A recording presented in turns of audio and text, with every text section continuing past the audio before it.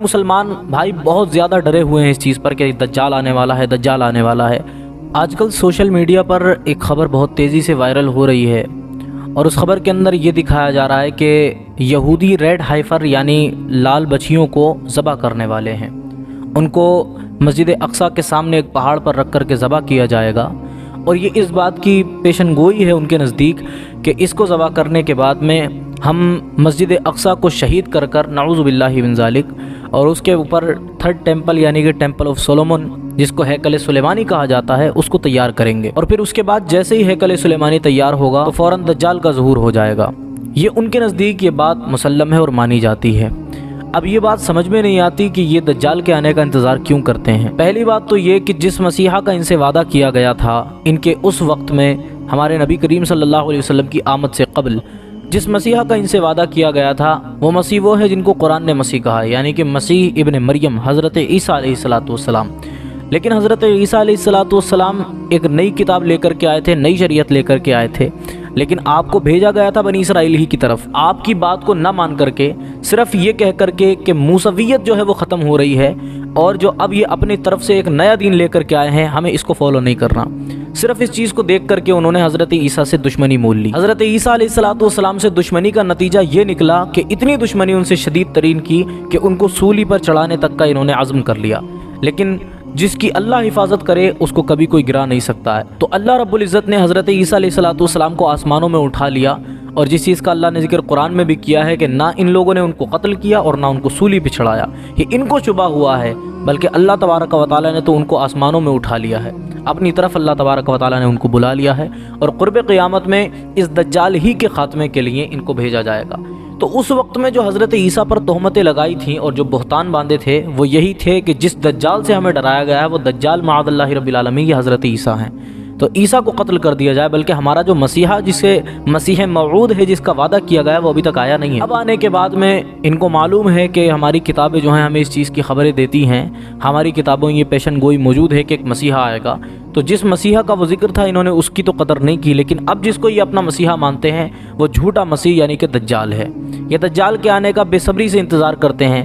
آپ اگر پوری دنیا کی طرف نظر بڑھائیں گے تو آپ کو دکھے گا کہ بینکنگ سسٹم ان کے ہاتھوں میں ہے، دنیا کے اور اکانومی ان کے ہاتھوں میں، پیسہ سارا ان کے ہاتھوں میں، ہر چیز ان کے پاس میں ہے، اور یہ اسی لیے ہے کہ جب دجال آئے گا تو یہ اس کو سربراہ بنا کر کے بیٹھا لیں گے، اپنا سردار بنائیں گے، اور اس کو اپنا ہی نہیں بلکہ یہ ساری چیزیں پوری دنیا کو غلام بنائیں گے اس کا۔ کیونکہ آپ دیکھ سکتے ہیں ایک نوٹ کی کیا اہمیت ہوتی ہے، اس کو پھاڑ کر کے پھینک دیا جائے صرف ایک کاغذ کا ٹکڑا ہے، لیکن اگر آپ سونے کی ایک اینٹ لے کر کے دکان سے ایک ٹافی بھی خریدنا چاہیں تو نہیں خرید سکتے، کیونکہ اس کے بدلے میں اس کو نوٹ چاہیے۔ ایجاد کس کی ہے؟ یہ یہودیوں کی ایجاد ہے۔ انہوں نے اس کو اس لیے بنایا تاکہ کبھی بھی اس نوٹ کی ویلیو ختم کر دی جا سکے اور کسی بھی انسان کو روڈ پہ لایا جا سکے۔ جب ان کا یہ مسیحا آئے گا اس دنیا کے اندر تو اس کو اسی طرح سے دماغ سے کھیلنے کے لیے رکھا جائے گا کہ یا تو اس کو خدا مانو یا تو اس کو مسیحا مانو، اور اگر نہیں مانتے تو پھر ایک کام یہ کرو کہ تمہاری جو زندگی کا نظام ہے وہ ختم ہو جائے گا۔ اس طرح سے انہوں نے پوری دنیا کا جو ہے سسٹم بگاڑ رکھا ہے۔ آپ دیکھیں مسلسل فلسطینی مسلمانوں پر حملے پہ حملہ، اور پھر یہ 5 بچیاں منگا کر کے جو لال رنگ کی بچیاں ہیں، اور یہ بچیاں سے ان کا بڑا پرانا تعلق ہے۔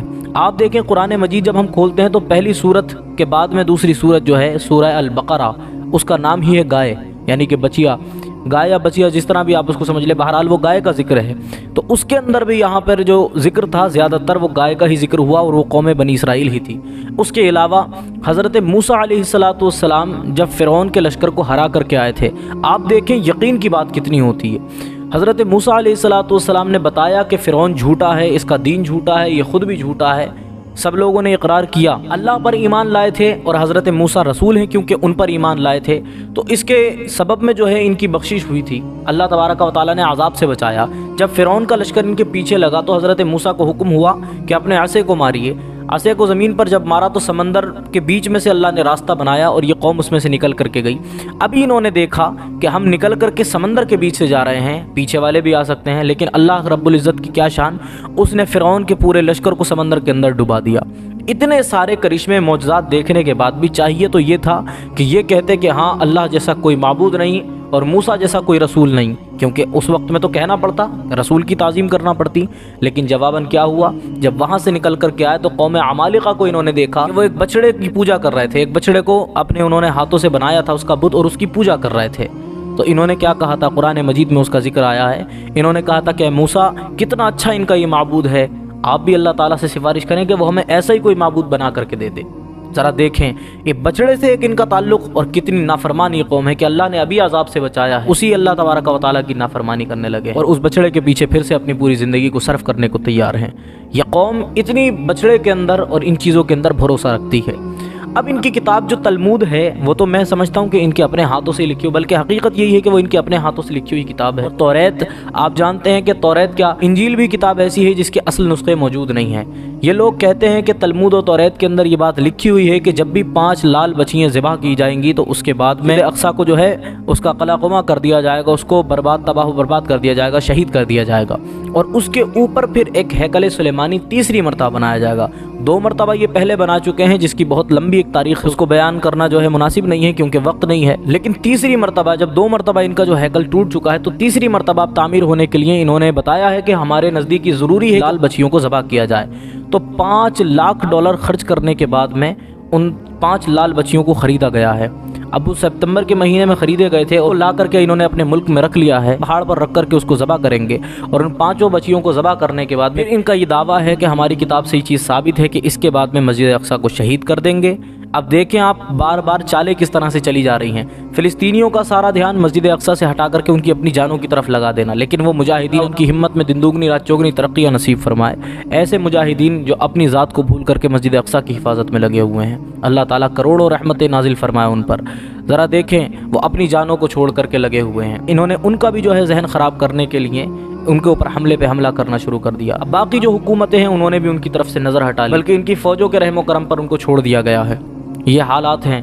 مسلمانوں کا ذہن وہاں سے یوں کر کے ہٹایا گیا تاکہ کوئی بھی ان کو کام کرنے میں پریشانی نہ پڑے، کوئی اڑچن نہ آئے، اور بلکہ یہ سیدھے طریقے سے اپنا ہر کام پورا کر لیں۔ اس کے بعد میں انہوں نے یہ 5 بچیاں لا کر کے یہاں پہ رکھی ہیں تاکہ ان کو ذبح کیا جائے گا، اور اس کے بعد میں اب ہمارے مسلمان بھائی بہت زیادہ ڈرے ہوئے ہیں اس چیز پر کہ دجال آنے والا ہے، دجال آنے والا ہے۔ واقعی اگر ایسا ہے کہ دجال آنے والا ہے، دیکھیے اگر اس کا وقت آ چکا ہے تو کوئی اس کو روکنے والا نہیں ہے، لیکن مسلمانوں کو یہ بات سوچنی چاہیے۔ اللہ تبارک و تعالیٰ نے کتاب ہمیں دی قرآن، اللہ کے رسول کی حدیثیں ہمارے پاس میں موجود ہیں، کسی ایک حدیث کے اندر بھی، قرآن کی کسی ایک آیت کے اندر بھی یہ ذکر نہیں ملتا ہے کہ 5 لال بچیاں ذبح کی جائیں گی تو اس کے بعد میں دجال آئے گا۔ دجال آنے کا وعدہ ہے، وہ آئے گا، قرب قیامت کے لفظ حدیث کے اندر ملتے ہیں، یہ کہیں نہیں ملتا کہ 5 بچیاں ذبح کی جائیں گی لال رنگ کی تب وہ آئے گا۔ یہ ان کی اپنی من گھڑت باتیں ہیں، اپنے ہاتھوں سے انہوں نے یہ کتابیں لکھی ہیں اور اس کے اندر جو چاہا انہوں نے لکھ دیا ہے، اس کو سچ کرنے کی ہر کوشش کرتے ہیں۔ آپ دیکھتے ہیں کہ کتنی افواہیں پھیلتی ہیں کہ صاحب فلاں روزے کو 15ویں روزے کو آسمان سے آوازیں آئیں گی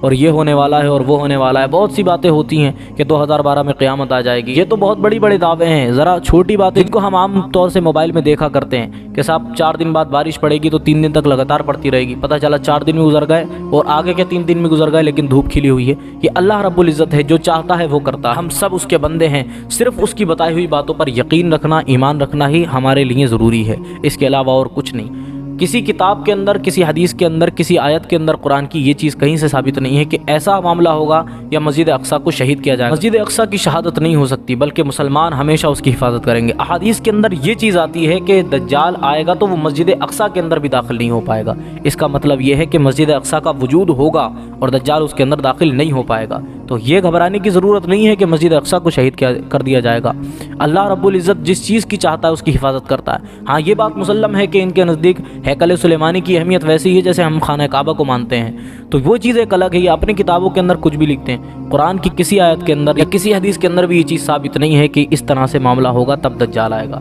اور ایک بات آپ اور یاد رکھیں، قرآن کریم نے آپ کے لیے ایک پیشن گوئی کی ہے، آپ کے لیے ایک بھوشوانی کی ہے، اور وہ پیشن گوئی نہیں بلکہ حقیقت ہے۔ وہ کیا ہے؟ اللہ فرماتا ہے انتم الاعلون ان کنتم مؤمنین، اگر تمہارے دلوں کے اندر ایمان ہے تو اللہ فتح تمہیں کو عطا فرمائے گا۔ اس لیے اپنے دلوں کے ایمان کو جو ہے کتاب و سنت کی طرف لگائیں، اپنے جو بزرگان دین نے لکھا ہے نا اس پہ یقین کرنے کی کوشش کریں، کسی دوسری کی طرف جانے کی ضرورت نہیں ہے۔ دوسری کتابیں بہت سا کچھ کہتی ہیں لیکن حقیقت نہیں ہے۔ دوسری کتابوں نے تو ہماری کتنی چیزوں کا انکار کیا ہے، لیکن ہمیں یقین ہے کہ اللہ کے رسول نے فلاں کام کیا ہے تو کیا ہے، اللہ رب العزت نے اس طرح فرمایا ہے تو حقیقت ہے کہ معاملہ ایسا ہی ہوگا۔ اب کوئی کیا کہتا ہے اس سے ہمیں کوئی مطلب نہیں ہے، اس لیے اپنے ایمان کو مضبوط رکھیں، دلوں کے اندر ایمان کو جگائیں۔ جس مسلمان کے دل کے اندر ایمان جاگ گیا اللہ فتح اسی کو عطا فرمائے گا۔